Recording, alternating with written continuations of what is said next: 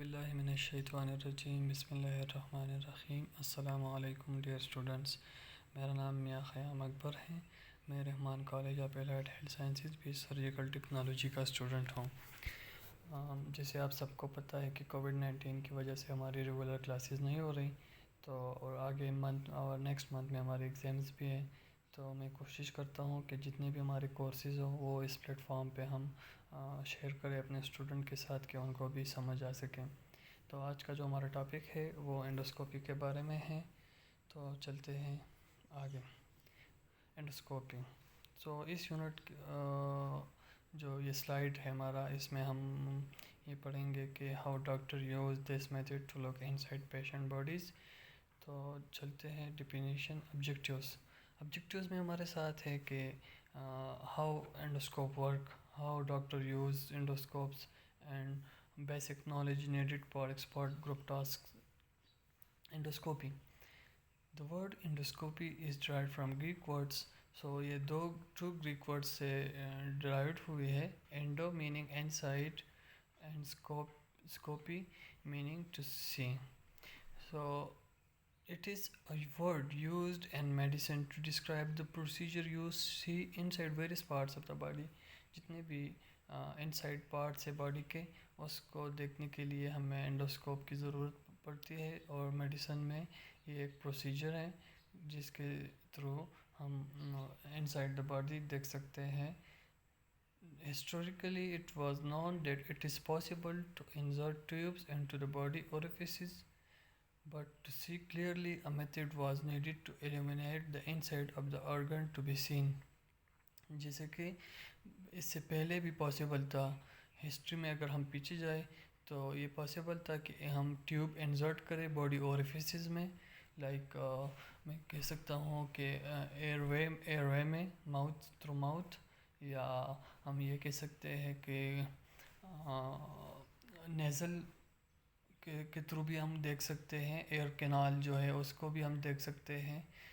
جتنے بھی نیچرل اوریفیسز ہیں اس کو ہم دیکھ سکتے ہیں through a tube.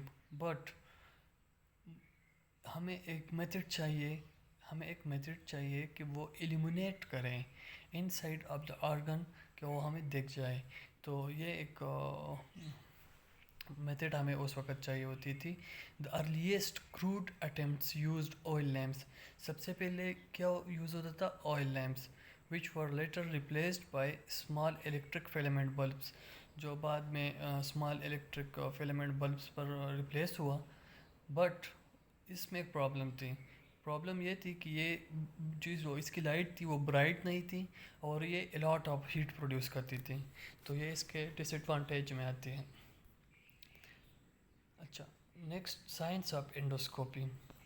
Medical endoscopy really came into its own after the invention and application of fiber optics technology to endoscopy.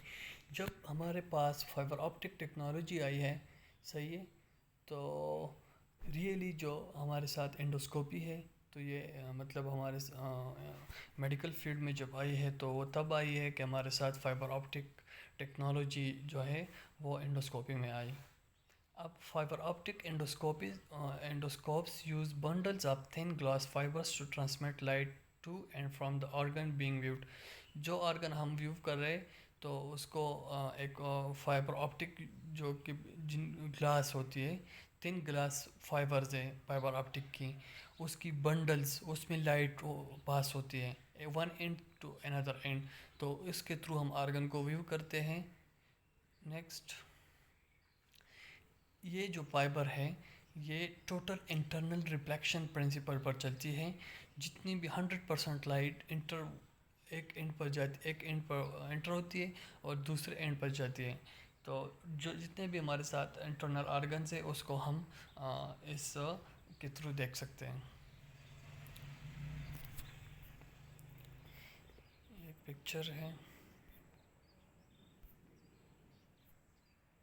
اب انڈوسکوپ آپ دیکھ سکتے ہیں کہ اس میں ایک آئی فیس ہے، صحیح ہے. ایک ہمارے ساتھ opening for wires and instruments, flexible shaped, flexible tip. ایک ٹپیکل انڈوسکوپ ہے، صحیح ہے. Fibre optic endoscopes are delicate and expensive items. The fibers have to be made of special glass. Endoscopy Endoscopy is a general term. There are specific words for viewing specific parts and organs of the body.